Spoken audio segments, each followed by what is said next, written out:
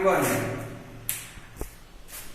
I will teach you computer today of class 7. Topic is history of computer or evolution of computer. It means how computer development take place.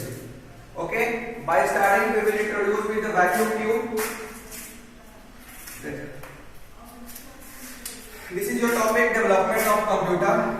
मतलब संगणक का विकास, किस तरह से संगणक का विकास हुआ और कंप्यूटर का इतिहास, संगणक का इतिहास कैसा रहा, कैसे कैसे कंप्यूटर में कैसे कैसे डेवलपमेंट हुई, उसके बाद जनरेशन कैसे चेंज हुआ, इस चीज को आपको ले चलते हैं कंप्यूटर की दुनिया में और देखिए कैसे कैसे डेवलपमेंट हुआ। तो सबसे पहले आया फर्स्ट जनरेशन कंप्यूटर। तो फर्स्ट जनरेशन कंप्यूटर कब आया? फर्स्ट जनरेशन मतलब क्या है? मतलब कि अगर बात करें कि अपना फैमिली का फर्स्ट जनरेशन, तो जहां से हमारी पीढ़ी का शुरुआत हुआ होगा वहां उसको फर्स्ट जनरेशन बोलेंगे। ठीक है। उसके बाद जो अगले पीढ़ी आया वो आ जाएगा सेकंड जनरेशन में। तो ठीक है, ये जो फर्स्ट जनरेशन का एरा रहा वो रहा 1940 से लेकर 1956 तक का एरा। ये रहा फर्स्ट जनरेशन का एरा 1940 से लेकर 1956 तक। और फर्स्ट जनरेशन कंप्यूटर कैसे आया था? तो फर्स्ट जनरेशन कंप्यूटर आया जब वैक्यूम ट्यूब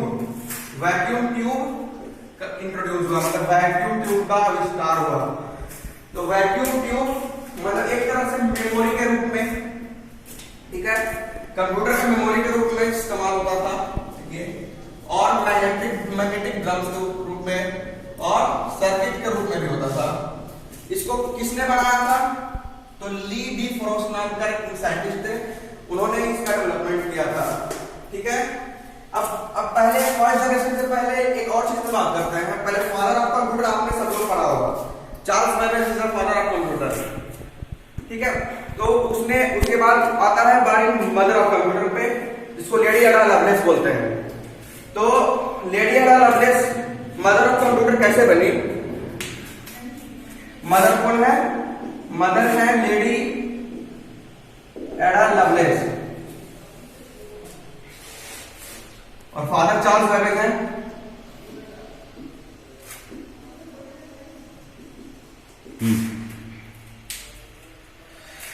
ओके। तो बात कर रहे थे मदर ऑफ कंप्यूटर पे। तो मदर बनी कैसे? लेडी एडा लवलेस। ये क्या थी कि फर्स्ट कंप्यूटर एल्गोरिथम दी थी इन्होंने, मतलब कि जो फर्स्ट कंप्यूटर प्रोग्राम जिसके द्वारा बनाया गया था वो थी मिस लेडी एडा लवलेस। ओके। तो वैक्यूम ट्यूब के बाद क्या हुआ कि फर्स्ट जनरेशन कंप्यूटर का शुरुआत हो गया, कंप्यूटर का फर्स्ट जनरेशन जो था वो आ गया। ओके। तो फिर उसके बाद फर्स्ट जनरेशन में और डेवलपमेंट हुआ, उसका फर्स्ट जनरेशन कंप्यूटर में डेवलपमेंट होते चला गया। उसके बाद आया एनियक कंप्यूटर। कौन सा कंप्यूटर है? एनियक ना।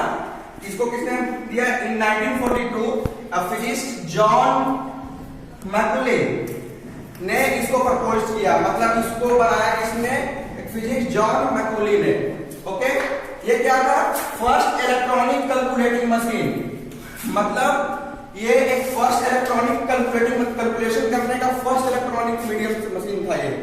ठीक है। मतलब वो ऐसा मशीन जो इलेक्ट्रिक मीडियम से चलता था और वो कैलकुलेशन करने का काम करता था, मतलब वो बहुत कॉम्प्लेक्स कैलकुलेशन इसको मिले तो वो क्या करता था कि बहुत शॉर्टली करता था।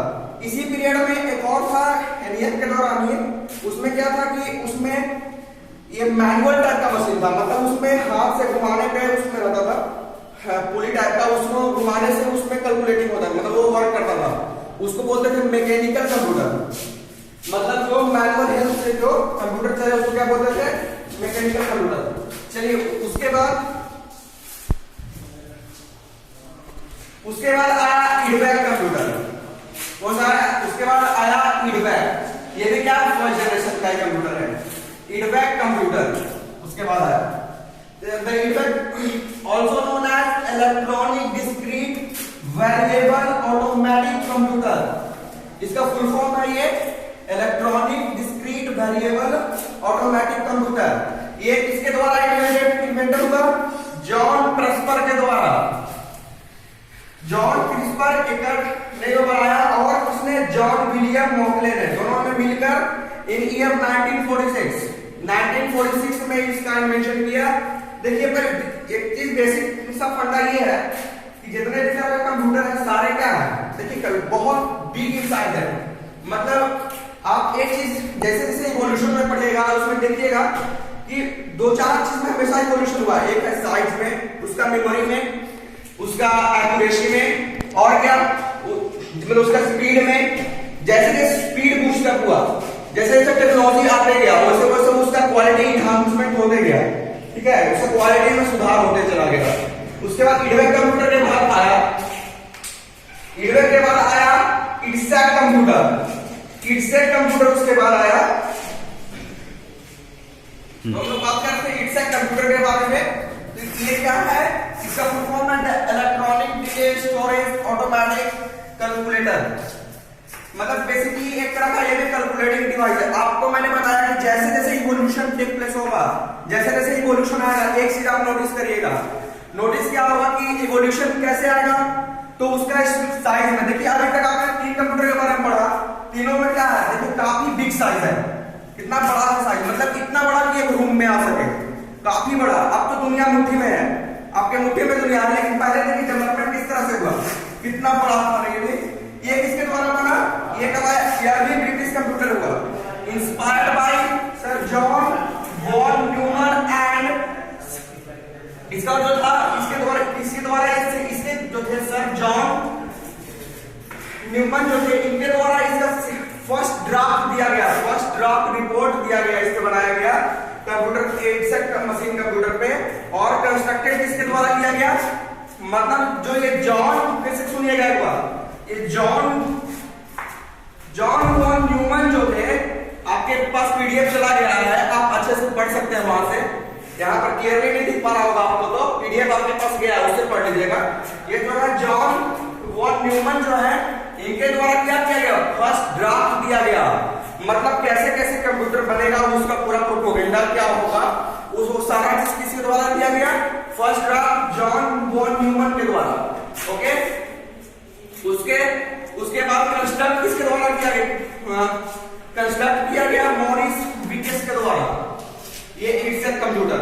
और यहीं के बाद इन हो गया, फर्स्ट जनरेशन कंप्यूटर समाप्त। इसके बाद न्यू जनरेशन कंप्यूटर आया, जिसको बोलते हैं सेकंड जनरेशन कंप्यूटर। अब सेकंड जनरेशन कंप्यूटर कैसे आया, देखिए आपको समझाता हूं पहले।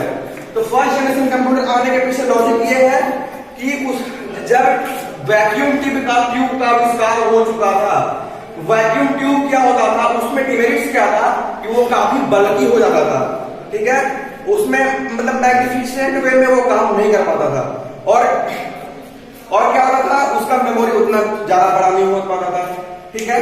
इसके कारण उसके बाद सेकंड जनरेशन आया। अब सेकंड जनरेशन कंप्यूटर कैसे आया, तो सेकंड जनरेशन का जो पीरियड हुआ, सेकंड जनरेशन का जो पीरियड हुआ, वो पीरियड हुआ 1956 से लेकर 1963 तक का जो पीरियड हुआ, उसको बोलते हैं हम लोग सेकंड जनरेशन का पीरियड। मतलब इस दौरान जो भी कंप्यूटर का डेवलपमेंट हुआ वो सेकंड जनरेशन कंप्यूटर कहलाया, ठीक है। तो इस सेकंड जनरेशन आने के पीछे लॉजिक ये हुआ कि उस समय सेमीकंडक्टर का आविष्कार हो चुका था। सेमीकंडक्टर एलिमेंट है इस तरह का, ठीक है। सेमीकंडक्टर में कैसे कौन कौन होता है, बहुत सारे सेमीकंडक्टर, सिलिकॉन हो गया, जर्मेनियम हो गया, ये सब सारे सेमीकंडक्टर है। तो और आप बेसिक फिनोमेना सिलिका वगैरह का जो डाटा भी कैरी करता है वो तो अलग है। चलिए पहले एक और लगते हैं इसमें। तो सेमीकंडक्टर का खोज हो चुका था, उसमें उसके बाद मतलब ट्रांजिस्टर इंट्रोड्यूस हुआ। ट्रांजिस्टर बोले तो सारा जितना भी वोकल डिवाइस हो गया, रेडियो वगैरह सारा इन्वेंशन हो चुका था। उसके बाद इसको सेकंड जनरेशन में इंप्लीमेंट किया गया। तो क्या हुआ, transistor computer now open called a second generation computer. मतलब जो कंप्यूटर में ट्रांजिस्टर का उपयोग से बनाया गया था उसको वो सारे कैटेगरी को क्या बोलते हैं, सेकंड जनरेशन कंप्यूटर।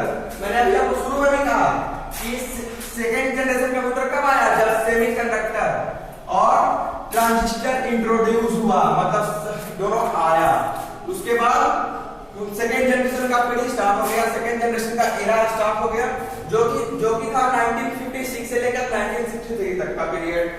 ये क्या होता था, देखिए आप दिखाता हूं आपको, ये computer which uses discrete transistor instead of vacuum tube. और ये कंप्यूटर क्या करता था, वैक्यूम ट्यूब के जगह पे, वैक्यूम ट्यूब जो फर्स्ट जनरेशन कंप्यूटर यूज करते थे उसके जगह पे ये ट्रांजिस्टर का यूज करता था।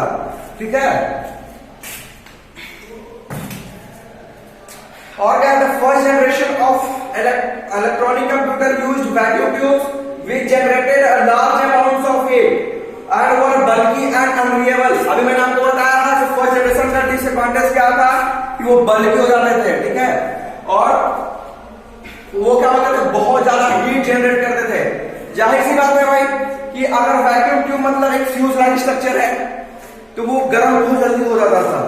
ठीक है, तो उसमें क्या है कि इसका जो एडवांटेज मिला सेकेंड जनरेशन का कम मिला, तो सेमीकंडक्टर और ट्रांजिस्टर आया, उसमें क्या था कि उसके तुलना में ये कम गर्म होता था and was less bulky and unreliable. Okay, अब देखिए, अब आया सेकेंड जनरेशन कंप्यूटर, जहां से आईबीएम कंपनी जो है वो उसका कंप्यूटर आया, ये आईबीएम 1401 सीरीज। ये सब सारा क्या है, सेकेंड जनरेशन में आया। कौन सा है, आईबीएम कंपनी का आया, आईबीएम 1401 सीरीज का कंप्यूटर आया। ठीक है, ये क्या है, सेकेंड जनरेशन का कंप्यूटर, अरे सेकेंड जनरेशन का कंप्यूटर है। Okay, the IBM 1401 is a variable word length decimal computer that was announced by IBM। क्या था ये, वर्ड लेंथ डेसिमल कंप्यूटर था, जो कब आया, कब अनाउंस किया गया, आईबीएम कंपनी के द्वारा कब अनाउंस किया गया, अक्टूबर 5, 1959 को। ठीक है, the first member of highly successful IBM 1400 series. 1400 series मतलब जैसे यहाँ पे 1401 है, उसी तरह से 1430 भी है सिकंडर में। ठीक है, 1400 सीरीज मतलब जो 1400 सीरीज है। ठीक है, जैसे मान लीजिए बात करें, हम बोले कि वीवो का Y90 सीरीज, तो Y90 सीरीज मतलब Y91, Y93, Y95 जो भी आया। ठीक है, सीरीज मतलब जो उसके क्रम में, उसके दौरान आया, उसको बोलते सीरीज में लेते हैं। तो सारा जो आईबीएम कंपनी का 1400 सीरीज का कंप्यूटर सारे इसमें आते हैं सेकेंड जनरेशन कंप्यूटर में। ओके, ये क्यों बनाया गया था, it was aimed at replacing unit record equipment. एक रिकॉर्ड के फॉर्म में, एक रिकॉर्ड के रूप में औजार के तरह इसको इस्तेमाल किया गया, और क्या, प्रोसेसिंग करने के लिए, कोई डाटा को प्रोसेस करने के लिए, और stored on a punch card. और पंच कार्ड जिसे कार्ड छिपता है ना, कार्ड छिपता तो देखे होंगे, उसी तरह से इसका कार्ड बनाने के लिए इस्तेमाल किया गया पंच कार्ड के रूप में। पंच कार्ड बोला तो जैसे प्रेस होता है ना, प्रेस में देखे होंगे तो किस तरह से वहां पर कार्ड छपता है, वो रहता है ऊपर से यहाँ पर ठप्पा मारता है उसमें, उसी तरह से पंच कार्ड भी बनता है। चलिए, and providing peripheral service for the larger computer. और क्या, और जो बड़े बड़े कंप्यूटर आते उनको पेरिफेरल सर्विस देना। पेरिफेरल का मतलब बताया था मैंने, मतलब इर्द गिर्द का जो अंग होते हैं उस तरह से। जैसे कंप्यूटर का पेरिफेरल डिवाइस होते हैं कौन कौन से, जैसे हो गया आपको प्रिंटर, स्कैनर, ये सब सारे क्या है, पेरिफेरल, जॉयस्टिक वगैरह जितना भी है पेरिफेरल डिवाइस है, मतलब मेन पार्ट्स छोड़कर इसको किसके तरह भी इस्तेमाल किया गया। और इसमें एक और खास बात था, ये डेसिमल कैलकुलेशन भी कर सकता था। ठीक है, कितना भी लंबा से लंबा वेरिएबल वर्ड लेंथ, वेरिएबल मतलब जैसे बताता हूं, पहले क्या था कि कंप्यूटर सिर्फ बाइनरी लैंग्वेज समझ पाता। ठीक है, मतलब 010101 के फॉर्म में लैंग्वेज को लेता, उसका कंज्यूमिंग लैंग्वेज कौन सा था, बाइनरी लैंग्वेज 0101 का फॉर्म में। ओके, तो इसमें उसके बाद क्या हुआ कि वेरिएबल लैंग्वेज भी समझना स्टार्ट किया। अब पहले आप लोग मैथ में पढ़े होंगे वेरिएबल और कांस्टेंट।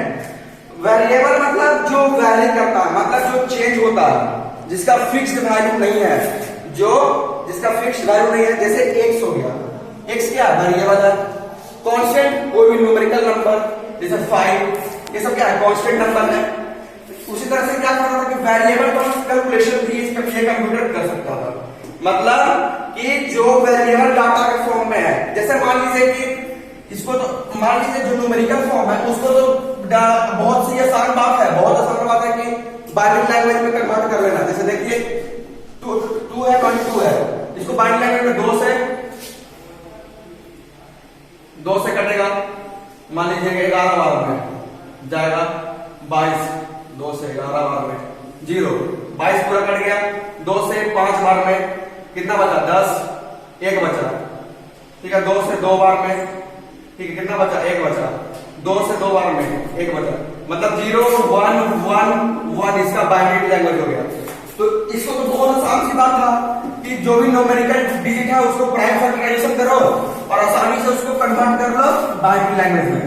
लेकिन जो वेरिएबल डिजिट होता था उसको कैसे, उसको थोड़ा कॉम्प्लेक्स होता था, उसको पहले उसके लिए आप लोग पढ़िएगा आगे जाकर। आप ही का नेक्स्ट टॉपिक है, कल का लेक्चर होगा, जो नेक्स्ट लेक्चर होगा उसमें हम लोग पढ़ेंगे मशीन लैंग्वेज के बारे में। उसमें सारा चीज में सबका जिक्र करेंगे हम लोग। अभी हम लोग जनरेशन पढ़ रहे हैं, इसका फीडिंग पढ़ रहे हैं। चलिए देखते हैं इसका फीडिंग और आगे समझते हैं क्या है, देखते हैं।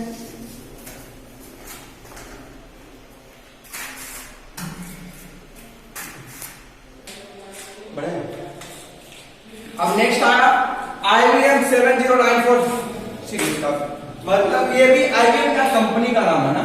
ओके, ये इसका क्या था, इसका ये last commercial scientific mainframe computer था। ठीक है, अब आपको मैंने एक बेसिक सा फंडा बताया था। आप जैसे जैसे इवोल्यूशन होगा, जैसे जैसे मनुष्यों में जब इवोल्यूशन हुआ तो क्या था, पहले आगे झुक के चलता था, धीरे धीरे धीरे बैकबोन हुआ। फिर और आप डार्विन का थ्योरी ऑफ इवोल्यूशन पढ़िएगा 9th में। ठीक है, लेकिन आप कंप्यूटर का इवोल्यूशन में देखिए बेसिक सा फंडा क्या है, जैसे कि ह्यूमन में क्या हुआ, धीरे धीरे जीन में परिवर्तन होता चला गया और आदमी एक्वायर्ड ट्रेड लेते लेते बहुत ज्यादा डेवलपमेंट की ओर चला गया। ठीक है, उसी तरह से कंप्यूटर का बेसिक सा फंडा देखिएगा।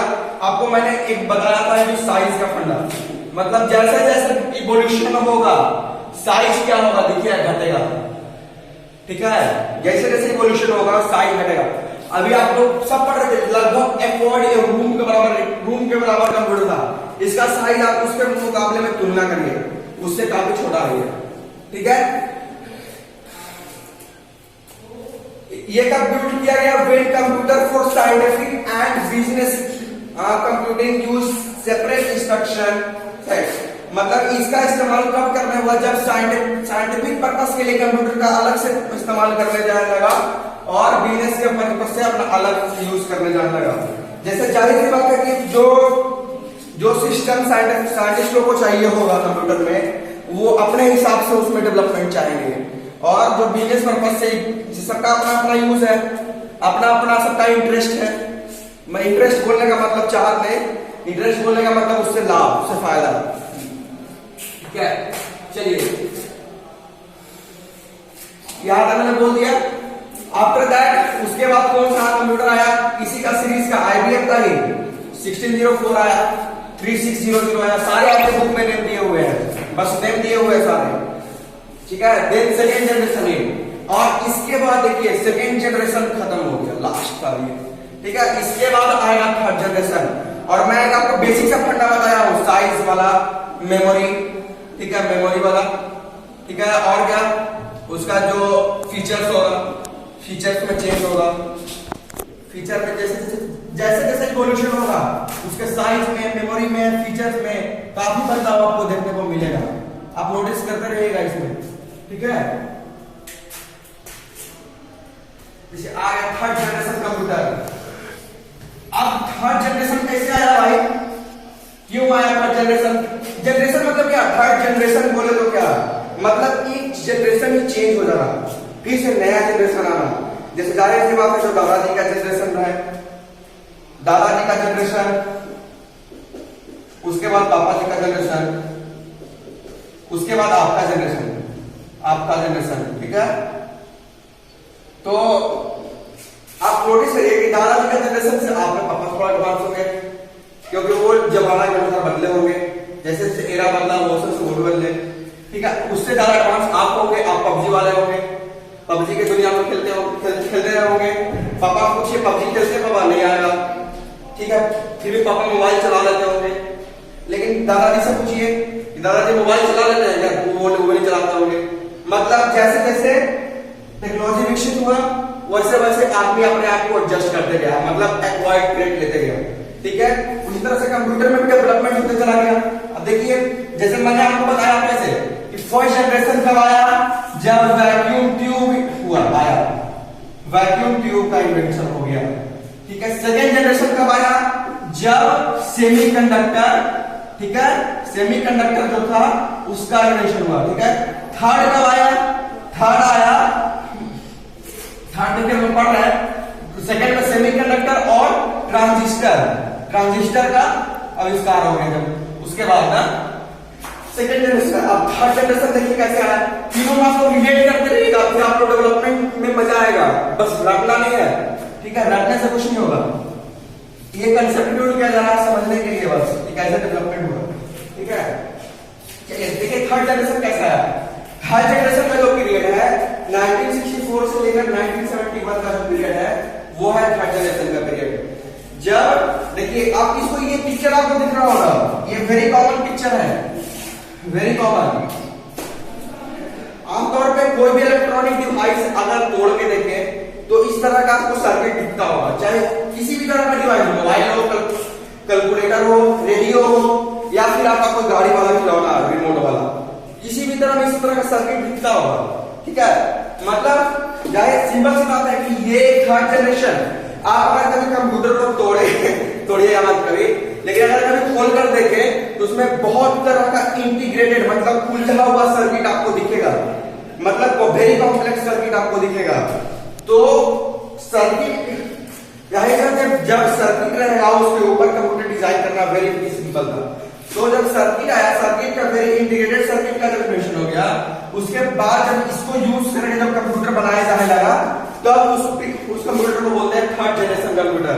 जहां देखिए अब एक और बेसिक सा फंडा समझिए, वैक्यूम ट्यूब था, इसका प्रॉपर्टीज वेरी स्लो था, बहुत स्लो था, क्या ट्यूब लाइट स्ट्रक्चर था, उसमें बहुत जल्दी हीट हो जाता था। ट्यूब लाइट मतलब सिंपल सा फ्यूज की तरह, फ्यूज देखे ना आप लोग, फ्यूज की तरह स्ट्रक्चर था इसका ट्यूब लाइट।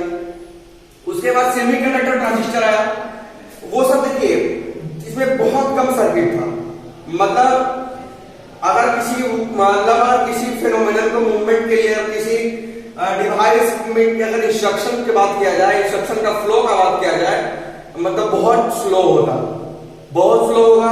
लेकिन इसमें पूरा सर्किट बड़ा आ गया, बहुत बड़ा सर्किट आ गया, तो इसमें क्या हुआ कि किसी भी मतलब इंस्ट्रक्शन को मूवमेंट के लिए काफी स्पेस मिला, बहुत स्पीड इसका बढ़ा, एक्यूरेसी बढ़ेगा। ठीक है। तो वैक्यूम हो गया फर्स्ट जनरेशन वैक्यूम ट्यूब से, सेकेंड जनरेशन सेमीकंडक्टर और ट्रांजिस्टर आने के बाद अब देखिए थर्ड जनरेशन कैसे आया। तो जब लॉ ऑफ इंटीग्रेटेड सर्किट,